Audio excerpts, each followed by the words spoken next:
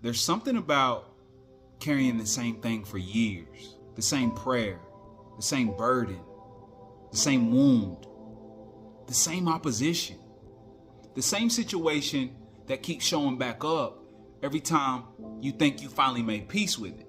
And after a while, that produces a quiet kind of exhaustion. Not the kind that makes you quit, but I'm talking about the kind that has you sitting in the car a few extra minutes before you go inside.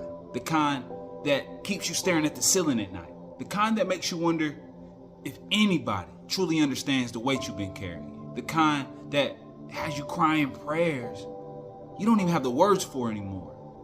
Listen, you've been strong for so long. You've carried it for too long.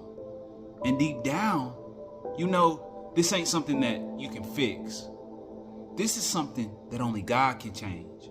And most people never see that part. They just see you keep showing up. They see the smile. They see you functioning. But what they don't see is the weight you've been carrying behind the scenes.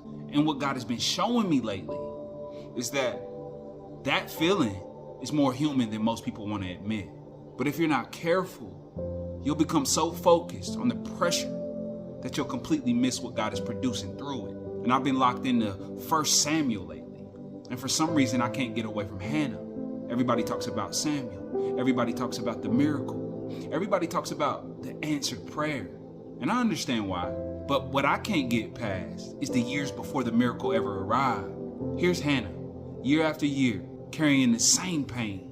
Year after year, showing up to worship, carrying something that she couldn't fix. Year after year, believing God while staring at the circumstances that hadn't changed. Year after year, watching other people receive the very thing that she'd been praying for. And then you got Penaniah, constantly provoking, constantly mocking, constantly reminding her of what she didn't have, constantly touching the wound.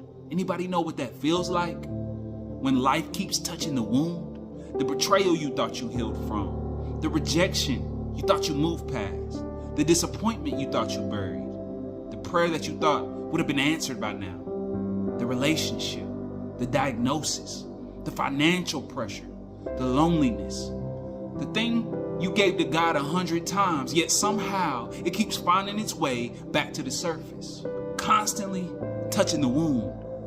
Man, that's where Hannah lived, year after year. And eventually she reaches a breaking point, not a breaking point away from God, a breaking point that drove her to God. She walks into the temple and pours her soul out before Him. No more pretending, no more acting strong, no more carrying it by herself.